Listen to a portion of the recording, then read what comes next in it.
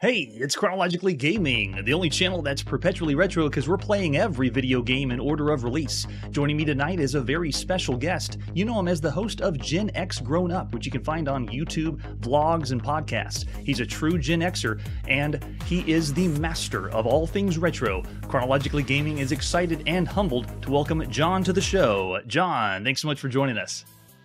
And now I have to live up to that introduction? That's a lot of pressure. Are you kidding me? Thanks for having me on. This is very cool. Yeah, thank you so much. If you've never seen the show before, we play every video game in order. We've started since 1971. And here we are. I'm going to be throwing Jon into June of 1982, and we're just going to play game by game as they're released. And if you've never been here before, then this is going to be an experience. Now, I asked Jon ahead of time, do you want to know what games you're going to see tonight? And Jon said no. He said, I want to be thrown to the wolves. Yeah, that's right. And so I did some quick math because I'm not good in my head. I opened up the calculator.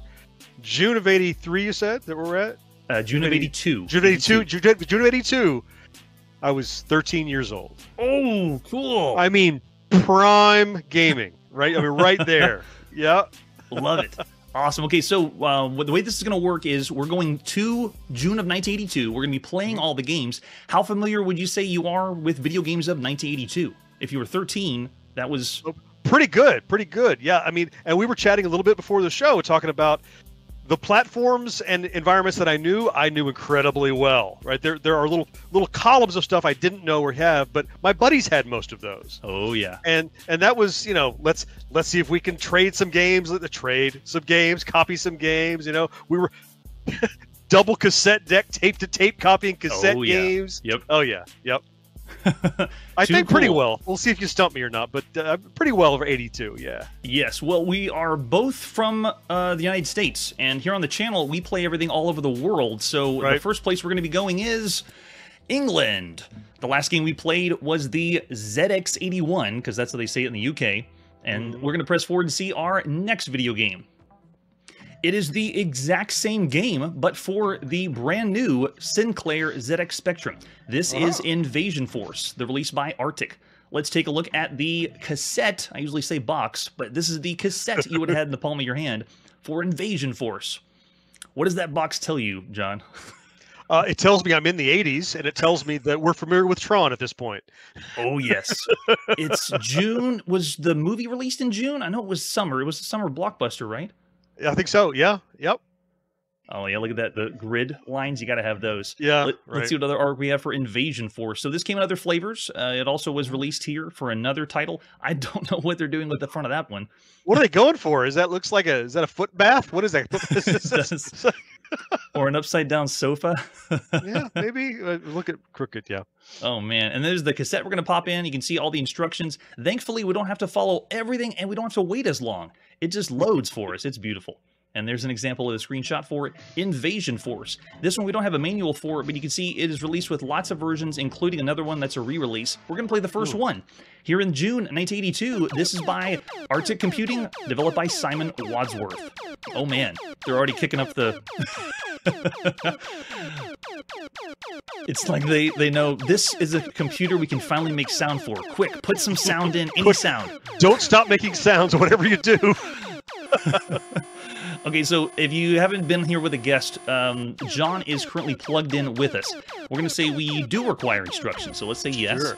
Now, I'll tell you from the screenshot, just at a moment when you zip by it, it looked like Phoenix to me. Oh, with the boss. Yeah, the ship at the top. That's right. Yeah. The one we played on the ZX81, I think that's all it was. It was just the boss at the top. So now we just have... I think it's going to be the same game in color.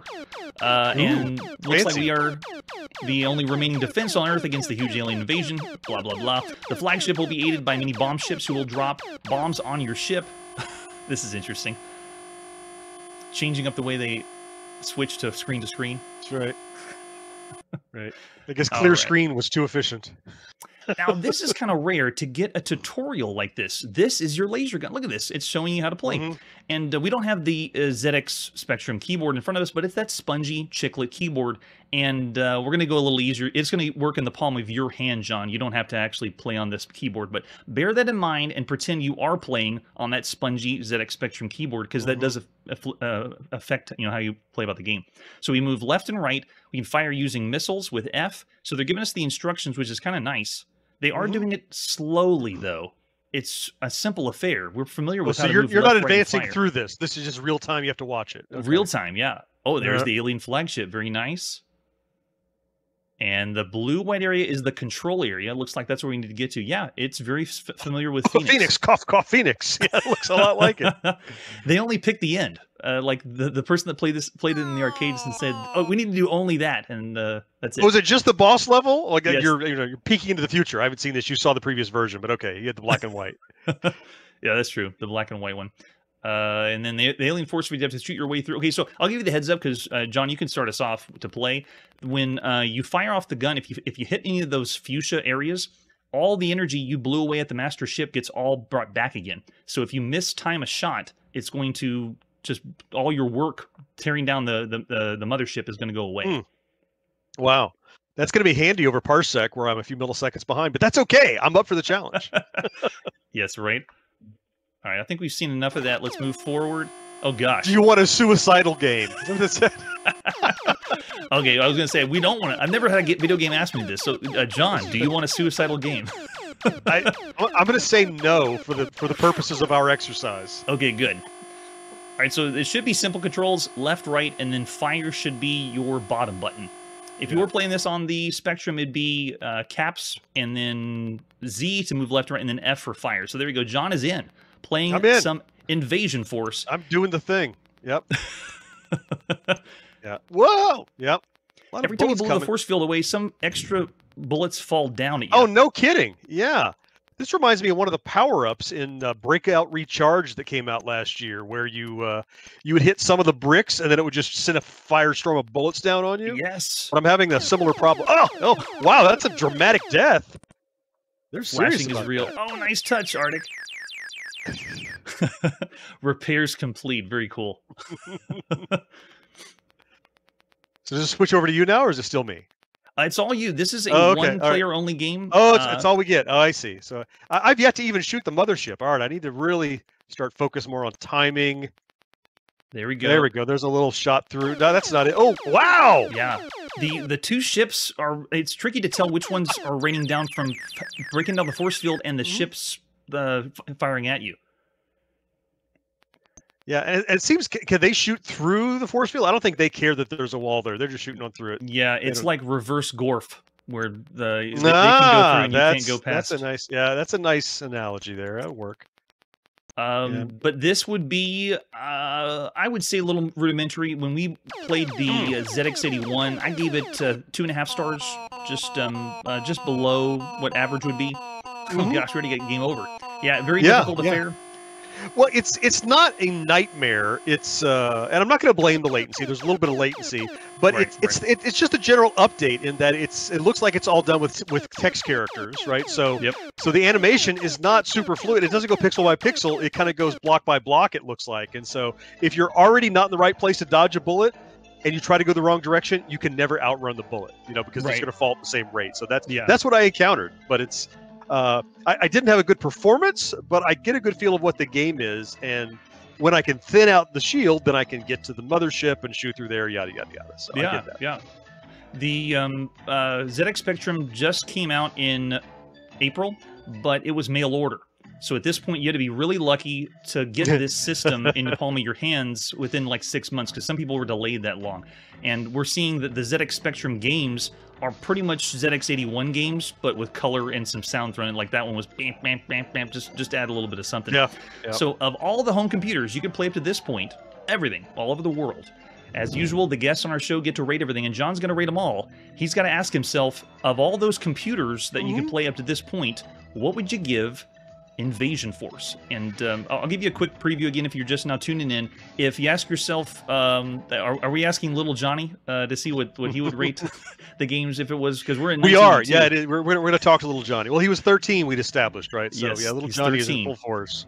And if you tell yourself, well, this is a broken game, of all the computer games you could play, it'd be around this range. If you tell yourself this is a bad game, it'd be around the 2-star range. If you tell yourself this is about average for games you could play on the home computer, it'd be about this range.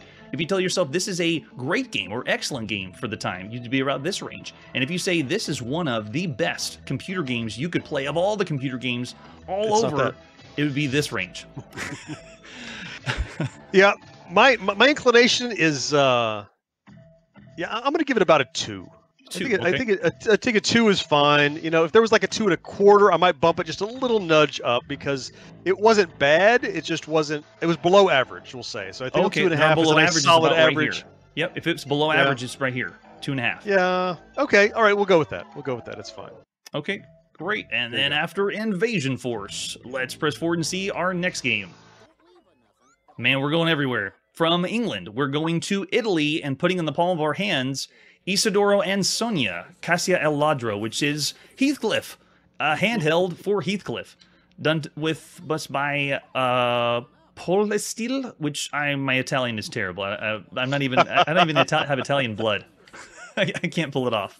But let's take a look at the box of what it would be like to have this handheld at the time. Think of all those handhelds, which, by the way, I saw your video recently on Galaxian 2, and we did that one well on the channel. Yeah, and I gave it full marks for the time, so very cool. It's a great game. It's great. All right, so there is the box, and then what other artwork do we have for Isidoro, or it's Heathcliff. I'm more of a Garfield guy myself. Oh, yeah? Yeah, my colleague George is a big Garfield guy. I'm animated cat agnostic. I'm good with both of them. There we go. All right, let's put in the palm of our hands Isidoro and Sonja, the Italian handheld for Heathcliff. And I'll tell you, John, of licensed games, they are few and far between right now. It's very refreshing. However, the handheld world has lots of licensed games we've seen so far. Popeye is already on handheld before we've seen him anywhere else. Mickey's on handheld before we've seen him anywhere else. And this is another one. We'll add Heathcliff to the let's license a handheld and pop him in there. That's cool. Okay, so if you've never seen the handhelds that we played before, what I'm going to do is switch off to game A, and then, John, you'll be up to move left and right, and just pretend it's in the palm of your hand. Oh, we even got the blips and bloops. Yep. So is the shoot, I see 2 shoot buttons. I'm assuming you only need 1 shoot button. Only 1, yeah. It's the same on each side. It's just... Determine what I'm not sure what... are you... I'm doing it. I'm doing something. Oh, I see. The dog is blocking your view. You have to hit behind the dog, behind whoever's trying to steal your fish in the background, I'm guessing. Okay, all right. So, yeah, the dog is in the way. So I just have to wait for him to move. We have to hit him. Oh, there. So that opened up. So in a way, this is a fixed shooter again. It's move left, right, and fire, but in the palm of your hand, just very rudimentary. There's effectively a shield. You just can't shoot through the shield. You know, like a Space Invader-y shield. Now, what's this? So I guess that's Sonja. That's the other cat who has nothing to do other than sit there and admire my throwing of balls at the target. Yes, we're not rescuing the female in distress. She's just going to stare at you while you. She's awaiting a garbage lid full of fish. Such a delicacy. I am crushing this game. How do you get hurt? I mean, is there danger? Maybe it's a second level problem, but it's. Yeah, nothing's happened yet. To tell you the truth, I'm getting creeping out because it reminds me of Tiger Electronic games. We don't really see this style, the painted background and then the LCD overlay like a Tiger Electronic game. It's kind of rare to see this. We've just seen, just to have the context, the very first Game & Watch flipped screen oil can has come out, so there's only been one of those. I know that one. Yeah, that one's been out. And then as far as other handhelds, we see mostly the fluorescent display ones. So this one's interesting. It's a little rare to see this style, but honestly, it's freaking me out. It makes me think of Tiger Electronics. I mean, this looks like it's got to be a straight up LCD. This is not a VFD or anything. It's just an LCD with black and white. That's why the painted background to give it some character. Although ironically, the character themselves are just transparent grass color, right? Because you never know where they're going to stand, right? It does let you see the character though. Look at the detail compared to everything else you could see at because consoles still don't have full characters. That's a good point. This large. I've done something. So now it's going to get tougher, is my hope. Oh, yep. Because that was pretty easy. So I see a fish bone up there. I wonder if we're throwing some fish bones at me. I don't know.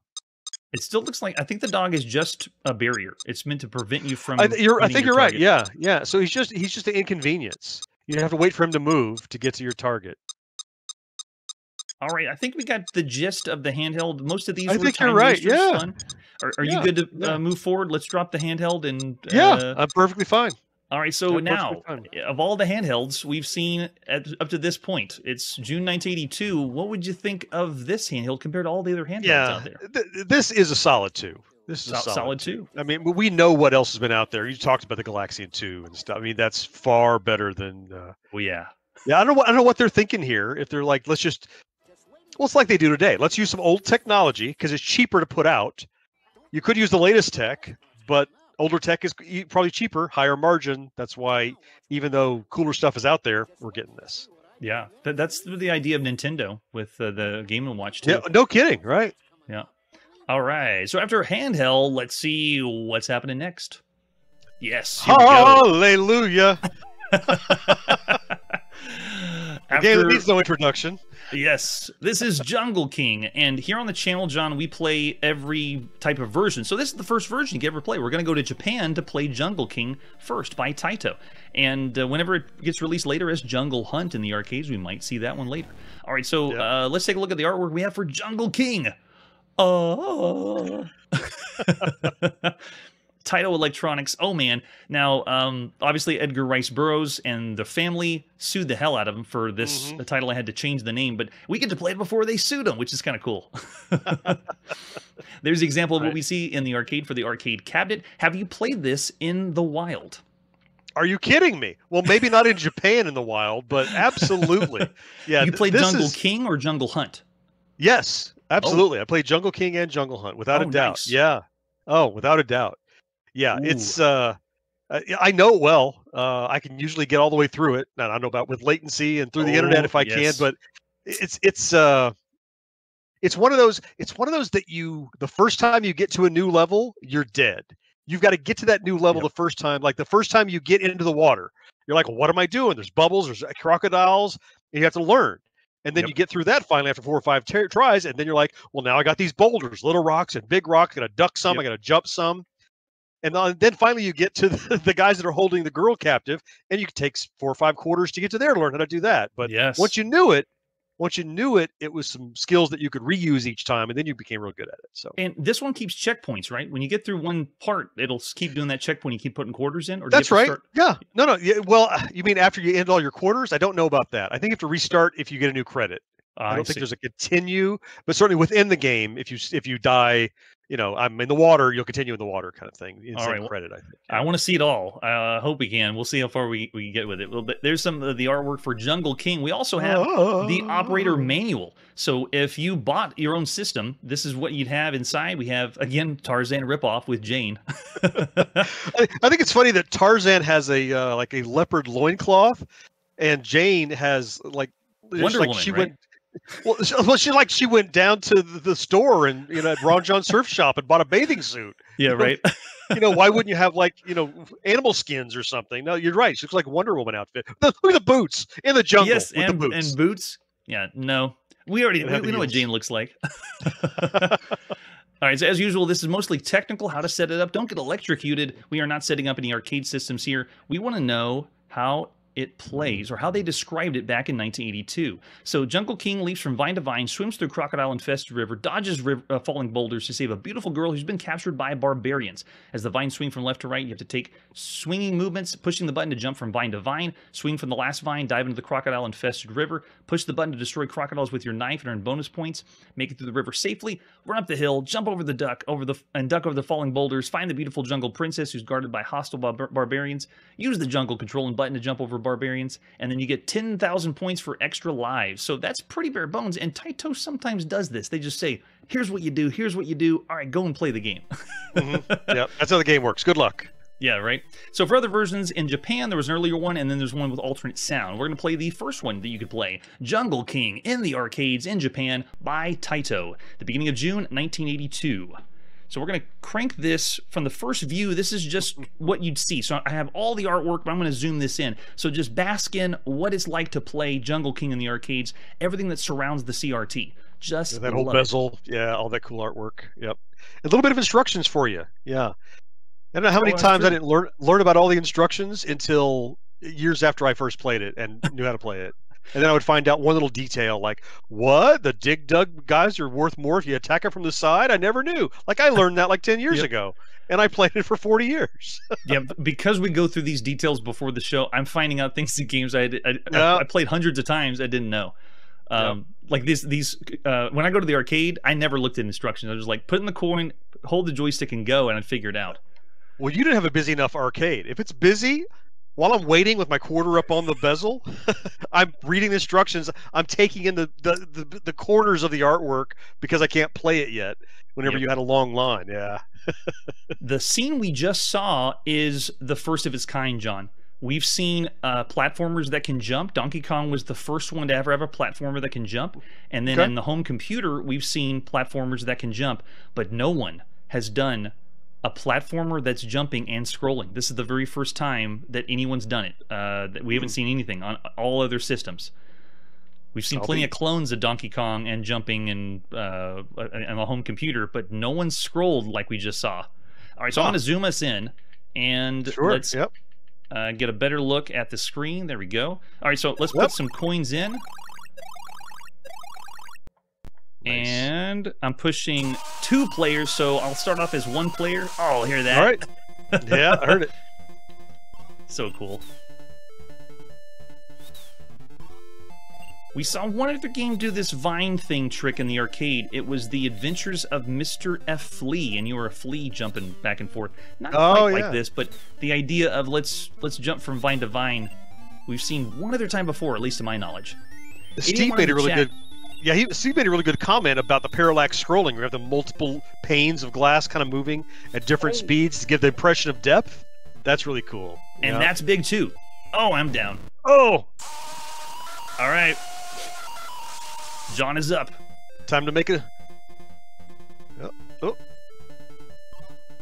Oh, it's the B button. All right. That's okay. I'm in good shape. I didn't die yet.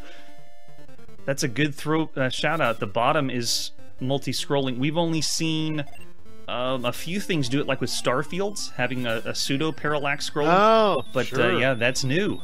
And we haven't seen. Oh, it's coming out. So it's like coming out really close, which is Moon Patrol, the most famous. Oh, is it? Yeah. Parallax scrolling. Oh, this one has so many things going for it. Now, are the arcade games that are introducing more? Ooh, that was close. More scenes is fresh from 1981. 1981 started to give us arcade games where you wanted to keep seeing. Oh, he got it. He's in the water. All right. Yeah, and you have an attack. Oh. Yep. I made it to the water, so I should start in the water next time or just before it, I think. So. Yeah, it should keep the checkpoint, hopefully. All right, here we go. Yeah. You're almost at the water, I think. Oh man, this feels so good. Mm-hmm. Whew. And off the top of my head, I can't think of... Yes, go! I can't think of the difference between this and Jungle Hunt. Did they change... Well, the guy had a pith helmet, so it was like an adventurer. Oh, yeah, like Dr. Livingston. Dr. Livingston, I presume. Yes. Is that me? There we go. Yeah, so you had a little pith helmet. Oh, missed him. Because you can't avoid him if you want to. You go for him for points, right? Points. Oh yeah. Oh yeah. Oh, and then so the bubbles are going to make you climb. Oh, you might make it. Yep. All right, so you go down and you're holding your breath. I see the diving on the side. Yep. And the bubbles will force you to the top. So just I usually try to make it so that I am at the top with the bubbles, so that I have to worry about them forcing me up into a croc. Gotcha. No, I did the same one. Yep. Now, there's been a sprinkling of arcade games that allow you to... Oh, so after a game over, yes, we can keep going. Oh, so cool. Majority of the arcade games I'm familiar with in the arcades was after the Golden Age. And so I played arcade games that allowed you just... As long as you had enough money, you could just keep playing to see the end. So pay to win. Get to the end. Yes, pay to win. And now... Yep. Oh, wait, is it not going to work? Oh, it does. Okay, so this is not a pay to win. When we had enough credits in, back. and we have to go back to the beginning.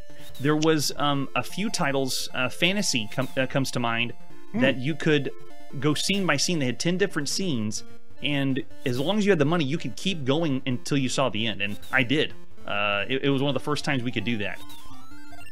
So this is still not the pay to win. Tell you what I learned about pay to win was I did a video a few years ago, and we're like, let's just play the living hell out of Rampage. Rampage is a fun game, a quarter at a time. When you have infinite coins, nothing. There's nothing to it. You know, after you see, well, yeah, Philadelphia, Chicago, yeah, they just name them different things. They all look the same. Yeah. And they look the same, and it's no more interesting. Yeah, it took the fun out of it. Gauntlet's another one. You can just pay and pay and pay and pay, and it stops being fun because the difficulty ramps up so high that you're just paying every 30 seconds, you know? Yeah. Yes. All right. Just skip the vine. Yep. All right, let's see. Nice and easy. There is... Oh, the knife didn't hit. There is a little bit of a lag. Not lag, but after you use the knife underwater, you have there's just a bit before it's active. Yeah, for sure. Yeah, no doubt. You can't just go stabbing everything. Yeah, I like to swing when the other vine is completely off the screen because I know it'll be there when I get there. Ooh, yeah. Another big shout out is this game is one of the first games where the player you're playing as looks like a human being. I'm trying to think of another game we played where you look human. Now, we played some home computer games where they're using multiple sprites to give the illusion of it's a person, but it's still like one color. But this is very well done of the playing as a human being, because Mario was a human being, but you got to think, look at the size difference of the character. Oh, nice. And these first two scenes are still excellent. Like, look, even here we have some parallax scrolling at the bottom with coral. But the next scene, I would say, is the most seminal in that it's doing something that everyone's going to be copying later. The side-scrolling platformer where you're jumping, we haven't seen that yet, and this is the very first game to do it. Soon after we saw Donkey Kong in the arcades, the very next Donkey Kong variant was a handheld, and then after that we've seen Candy. Oh, that's the other problem. His mouth is open, the knife won't even help you. Oh, okay, that's probably why. I see. So I'm going to try to avoid them. And then I'll watch them when they close. Yep. Yeah, his mouth is wide open. I think even the knife is just, he just bites your hand right off, knife and all. See him? See, his mouth is wide open, just like that. Yep. I even got a pro here to help me, and I blew it. Oh.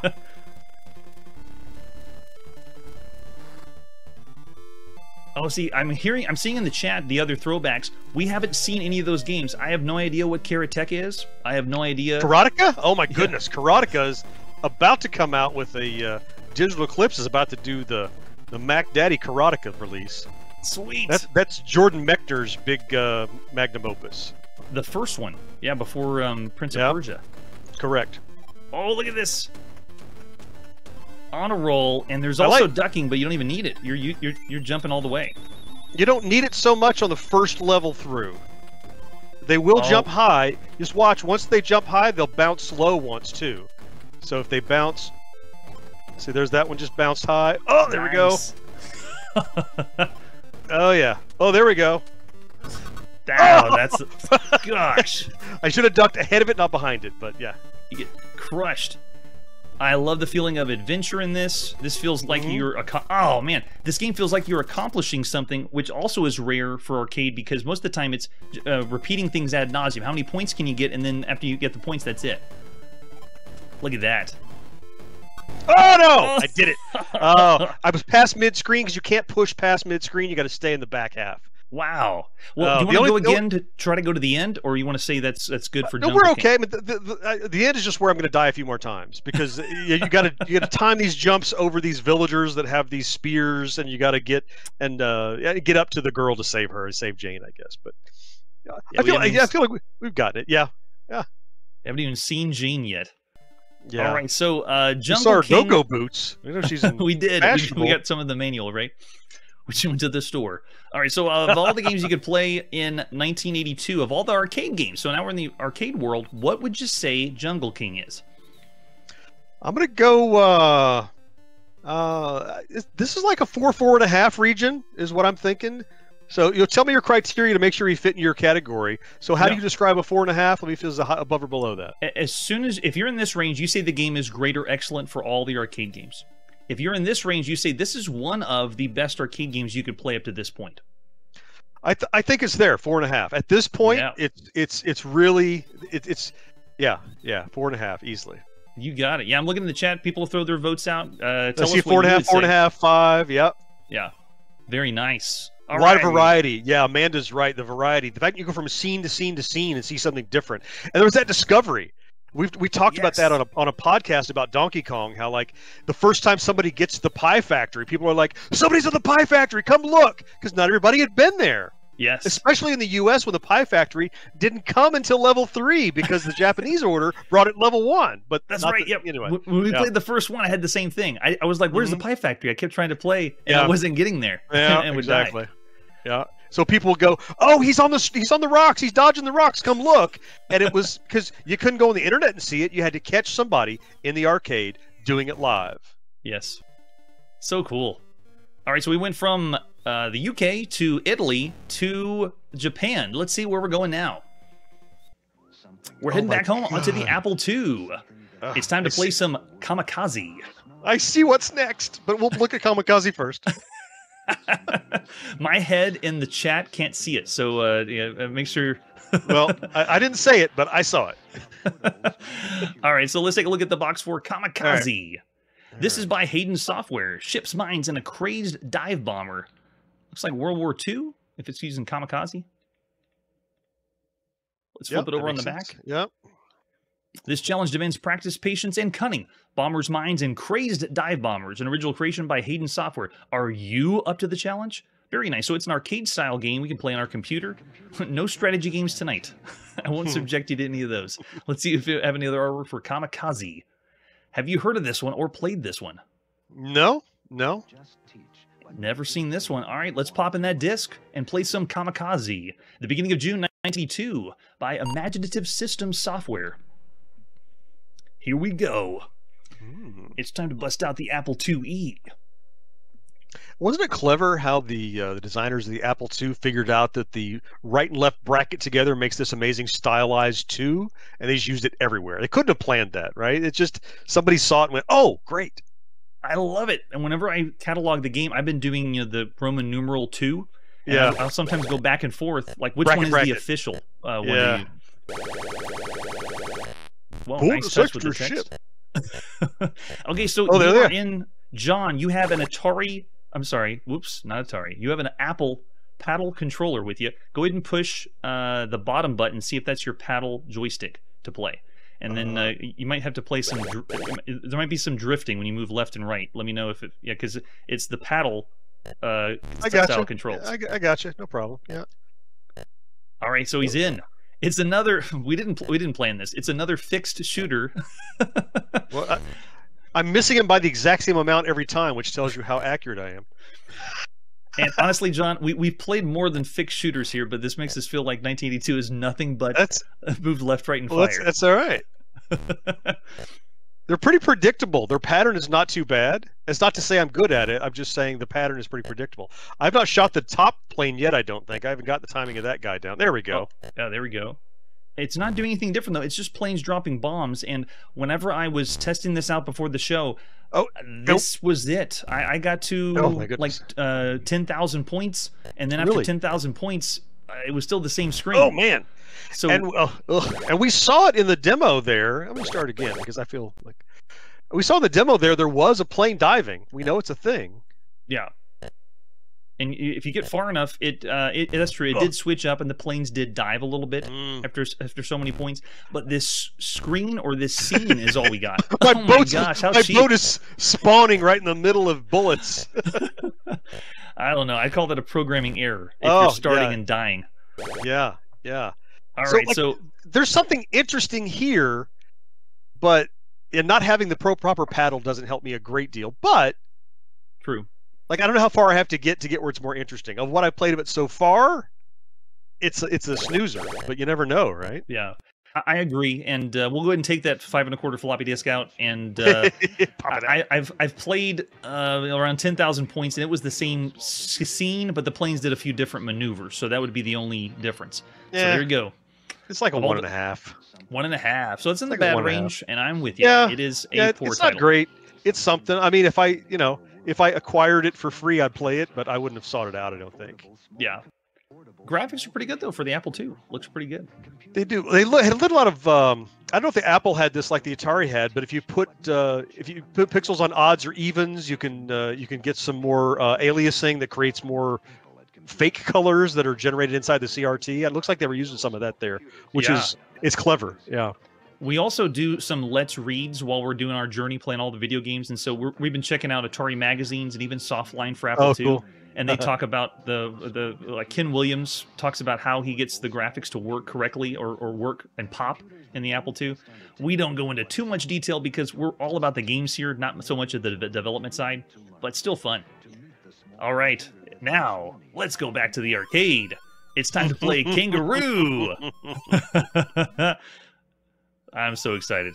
All right, let's take a look at the artwork for Kangaroo. Now, this one is 2 different ways you would have seen it. So this one is one of the advertising flyers in Europe. We also have the one that was available in North America because Atari published it in North America, but this is the one we're going to be playing. We're going to Japan to play the Sun Electronics, later to be named Sunsoft. That's right. Nice. Here you go. And I've never seen this artwork before of what it would have been. I haven't seen this either, no. It looks like, I mean, a real kangaroo. Yep. It's not as cartoony as... yeah, and the cartoon kangaroo looks more like an aardvark or something. It looks really odd with his little pointy ears there. But I love that they have the boxing gorilla and they have the monkeys that throw apples as their artwork. Love it, yeah. When I first played this, I thought... They look very much like they do in the game, too. Yes, they do, yeah. Nice touch. I thought when I first played this was a sequel to the Anteater game. Well, Keith just said the jump mechanism on Kangaroo sucks. It's a very... I understand what Keith is saying. It doesn't suck. It's a very specific kind of jumping. Yes. That you have to... It's an acquired jump. Yeah. Yeah. It's not obvious. Like, we were just talking about the knife in Jungle King. Yes, yes. That was a little bit of a latency when you do it. The jump in Kangaroos like that. You jump, but the beginning of the jump is the crouch.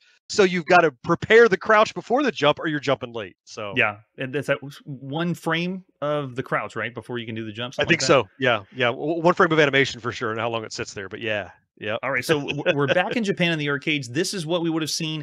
Actually, no, this is not. This is that looks like the US one. Yeah, this is the U.S. one. So I couldn't find an arcade cabinet of what it would look like in Japan, but the game we're going to be playing is the first release in Japan. There's the control panel. Can you go back to that first document? There was a little black and white picture of, I think, the Japanese cabinet. Oh, right here. This one, the cocktail one. Keep going back. No, there was another one that I saw somewhere. There. Oh, there. Because I saw it, and I'm like, that's not Kangaroo. That's got to be the Japanese one, unless it's just a generic cabinet image. If it was the same one, this one is the German flyer. So, okay. But that's a good point because sometimes they'll be released in Japan, and then the first place that they get the same system is Europe. So it's possible that is the same design, probably with German on it.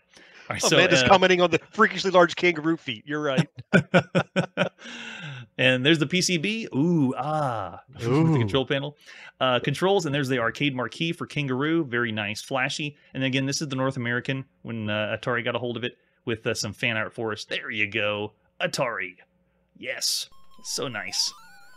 All right, and as usual, we have the manual. This is the one you would have seen by Atari. So if you get your brand new arcade cabinet and you're one of the operators, check it out. Look at that. They even have the pixel art for the front. Nice touch.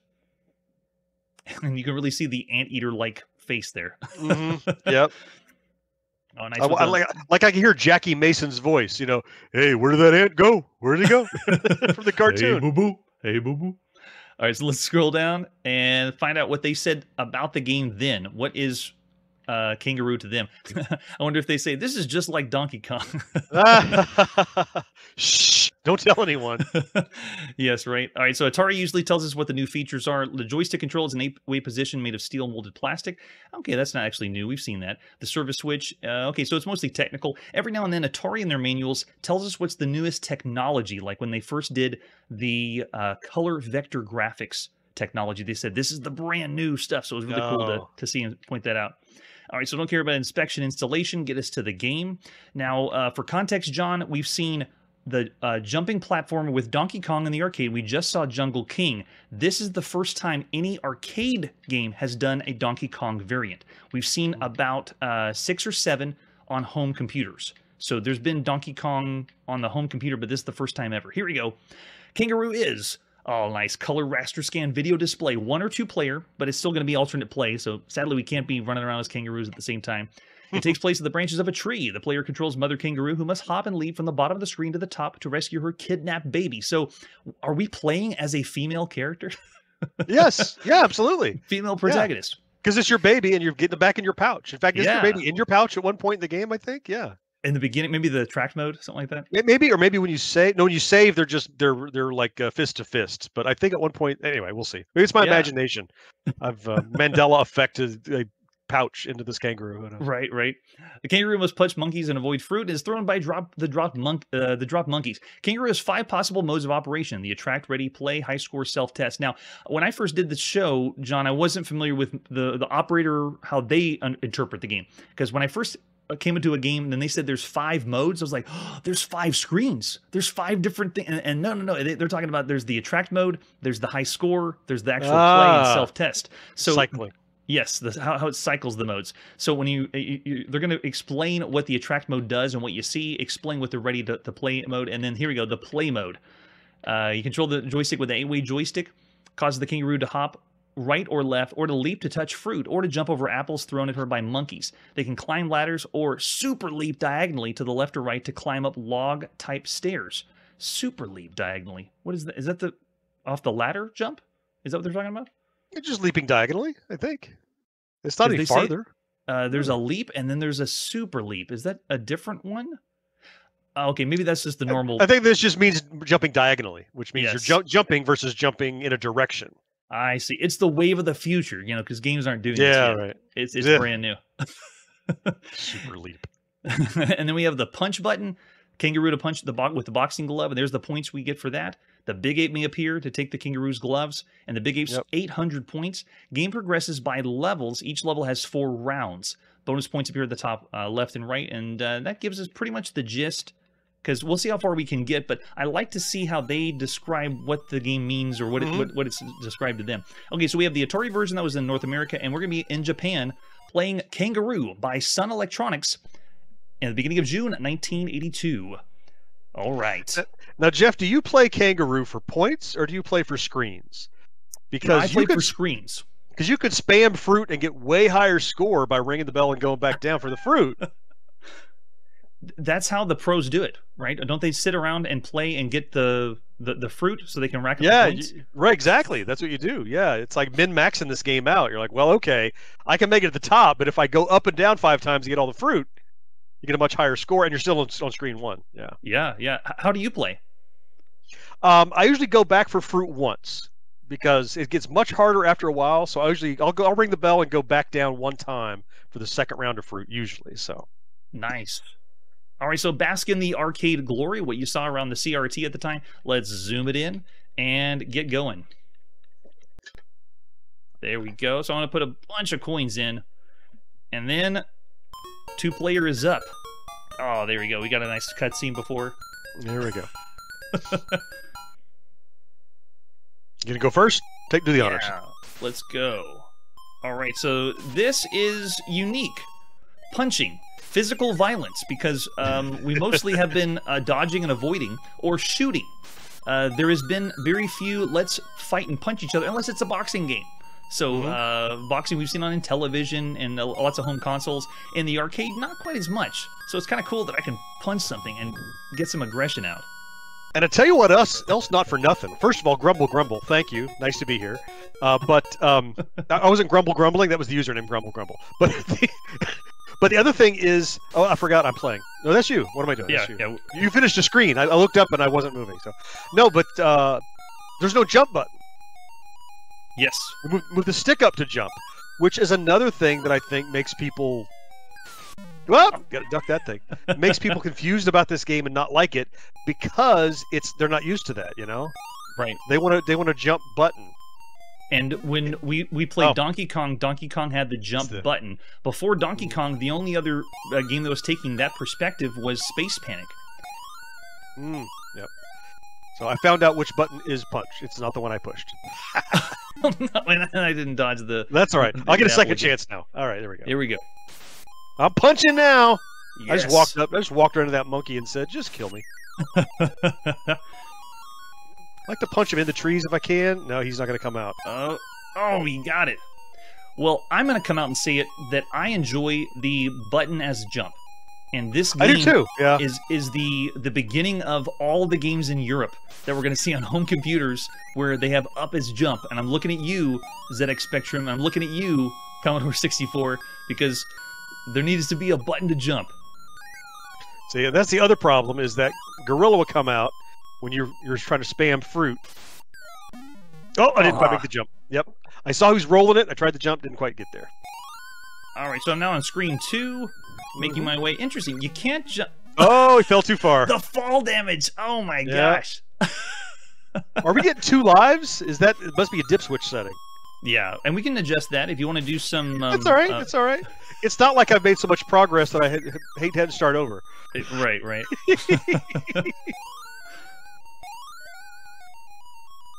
Yeah, this one actually isn't so bad with the jump.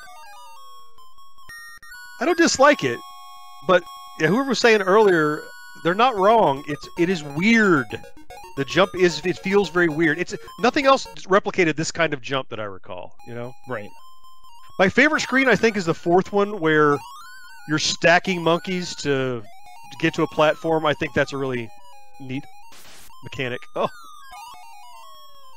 now in the home computer world, we played 2 other Donkey Kong variants. One was Canyon Climber, and one was Cannonball no! Blitz. Oh, look at that! Nice. No, I didn't quite make it. Didn't quite make it. I dodged all the apples, but didn't quite make it. I'm sorry, you were saying. We played 2 different home computer versions of Donkey Kong that they ripped off. One was Canyon Climber, and one was Cannonball Blitz that were very, very good. I know Canyon Climber. Yeah. That's an Atari 8-bit one, right? I mean, it was there. I don't know where else it was. That's right, yeah. You know? And we just played that one earlier this week. So the Donkey Kong style game is a lot of fun. And this right here has more to it because you can punch and jump. Oh, nice. I got him before he threw it. Man, I'd forgotten Canyon Climber. You just, like, snapped a whole folder full of memories alive in my brain. We had fun that day. It was playing it on 3 different variations. Did it come out on many places together? Yeah, it was Apple II, Atari, and the TRS-80 color computer. Oh, here we go. Did you jump? These are the ones where I get hung up. These are tight jumps. You got to make sure your toe needs to be over the ledge before you make that jump, or you will fall. But if you go a little bit farther, and you're really... Oh, there's your monkey. Oh, nice lucky jump. Oh, man. Yep, that was... Go, go, go. Nice. Oh, my gosh. We haven't seen Popeye yet in the arcades, and that gorilla is very similar to the resolution of Bluto, or Pluto? Yeah. What's Brutus? What does he go as? Well, it's Brutus or Bluto. It depends upon when you're talking about him. It changed over the years, which is funny. I was doing some research because of the history of Popeye and Donkey Kong. Where, you know, Donkey Kong basically was going to be a Popeye game, and they mapped directly, right? So you have Popeye is Mario, and you have Olive Oil is Pauline, or whoever she is. Right. And... Oh, you have the game over. I'm sorry. So I want to get back to where you can play 2. Give me. You're good. I think maybe it might not have been 2-player. You're good. You're good. Oh, he's gonna throw. Oh, you stepped in. But Donkey Kong basically is Bluto or Brutus, depending on who you ask, right? Right. And all the way to the point that the barrel, the hammer is spinach. You know, what's the thing that makes me immune to the things that hurt me is going to be this hammer. That was basically the spinach mechanic. But when they couldn't get the license any longer, you lost your gloves. Oh no, he took them. Waves a little flag. So now all you have to do is dodge. You can't do any attack. Oh my god, so many apples. And then the unfair apples come crazy flying. Yep. All right, let's jump it out there. And the screen after this is I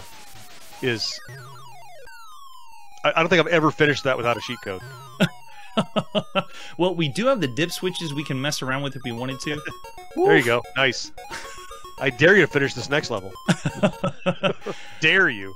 I have never made it past the second screen. So whenever I played this in the arcades, I only played the first two. That whole monkey scene, because you said destroy the monkeys, that's how I knew what to do, but I've never been this far. Well, there you go. See there? Oh, and they have game registration too. What a great game. John in for the memories. All right. Too cool. The graphics of that arcade game are really similar to the Japanese home computer that's going to be coming out in 1983 called the Sharp X1.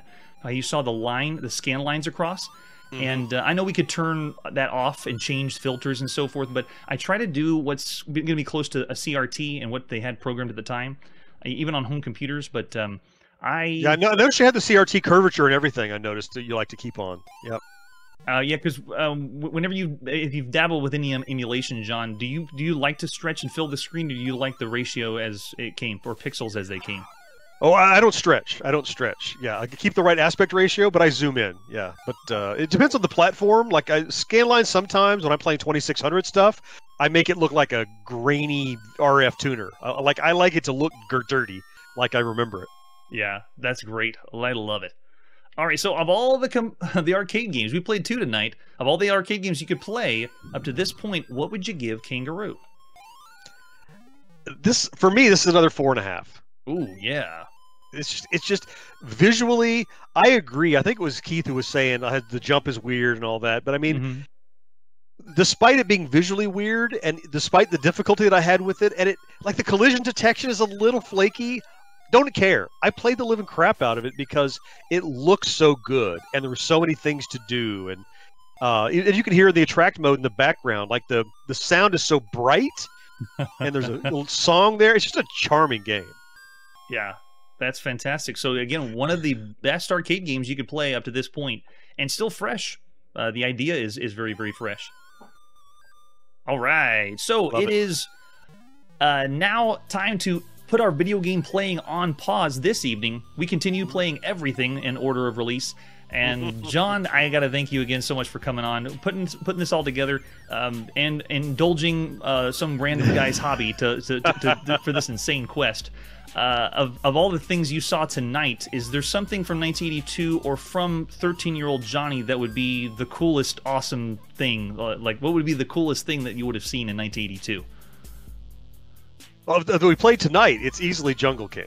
Oh, yeah. It's easily Jungle of those things. I mean, look, I could play any old computer game and find something in it, right? But I'm trying to look at it with a critical eye. So, when we looked at the computer games, you judge them. But, if I had that disc or had that tape and put it in, there was no internet. We played what we had, and we found something to enjoy in it. And it didn't matter if it was like a meh game, because there's another disc after that. You can go for another one. But yeah, Jungle King's probably the highlight of the ones we played tonight, is one, and holds up so well still. Yes, definitely. What's a game that we didn't play, but something that was one of the good ones or best ones for your favorite from this time? Oh man, oh goodness. I mean, there's, I don't know if I know the years as accurately as you would, but you certainly would. Well, we've already seen Dig Dug. Yeah. That was in the arcades in Japan. And then we also have Moon Patrol that's going to be coming up soon. Yeah.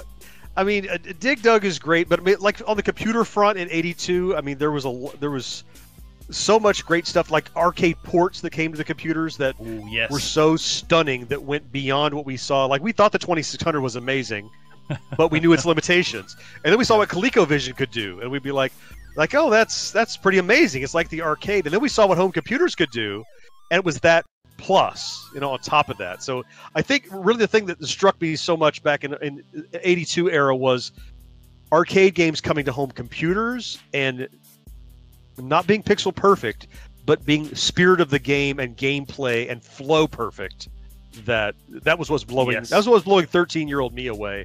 Was like, this is Donkey Kong. It's not, but the gameplay was right. It was no longer bink, bink, bong, bink, bink, bong. You know, he jumped with an arc and all those things. Yeah, so I love those arcade games coming home was probably my highlight of 82. Yeah, I love it. And the trend we've seen, arcade comes out, like this Kangaroo game, I'm pretty sure after this we're going to see something that looks really close to Kangaroo back on the home computer. Yeah, we're going to imitate it.